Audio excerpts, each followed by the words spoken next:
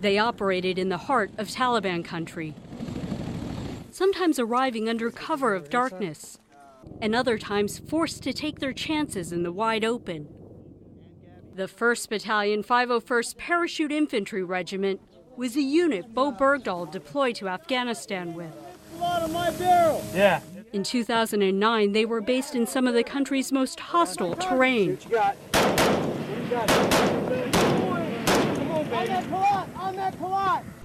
Getting to Mest, the outpost Bergdahl was assigned to, was an ordeal. Armored vehicles were a moving target in eastern Afghanistan, which is why soldiers equipped with night vision would often go out after midnight.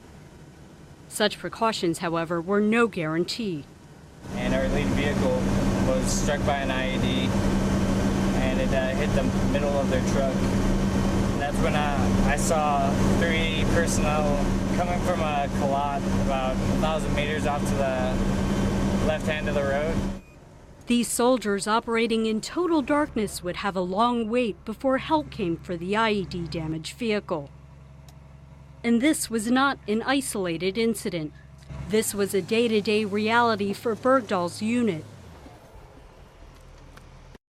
June 30th, 2009, the morning Bowe Bergdahl didn't show up for roll call, changed everything.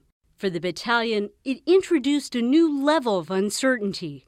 Bergdahl's classification was changed from active to Dust 1, duty status, whereabouts unknown. Immediately, operations in the region were suspended so all resources and soldiers could be directed to finding Bergdahl.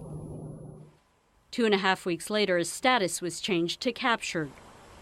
How the 23-year-old soldier wound up in the hands of the Taliban is unclear. Some soldiers from the 1st 501st say Bergdahl walked off base after his shift. They want to see him court-martialed for desertion. The Department of Defense has never confirmed this. They've actually promoted Bergdahl twice over the past 5 years, but have offered no details about the day he was captured. A man down, the soldiers of the 1st 501st fought on during some of the heaviest fighting during the conflict. They suffered several casualties throughout their different companies. Many soldiers went out on missions despite injuries. The battalion's area of operations was a stopover for alleged insurgents moving between Pakistan and Afghanistan.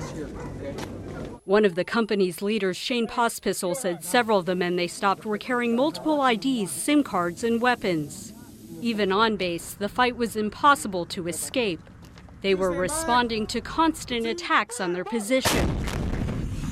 Comanche Company's Tactical Operations Center buzzed on a regular basis. On this day, one platoon had come under heavy fire in Panjshir. They were trying to determine where to send a medevac.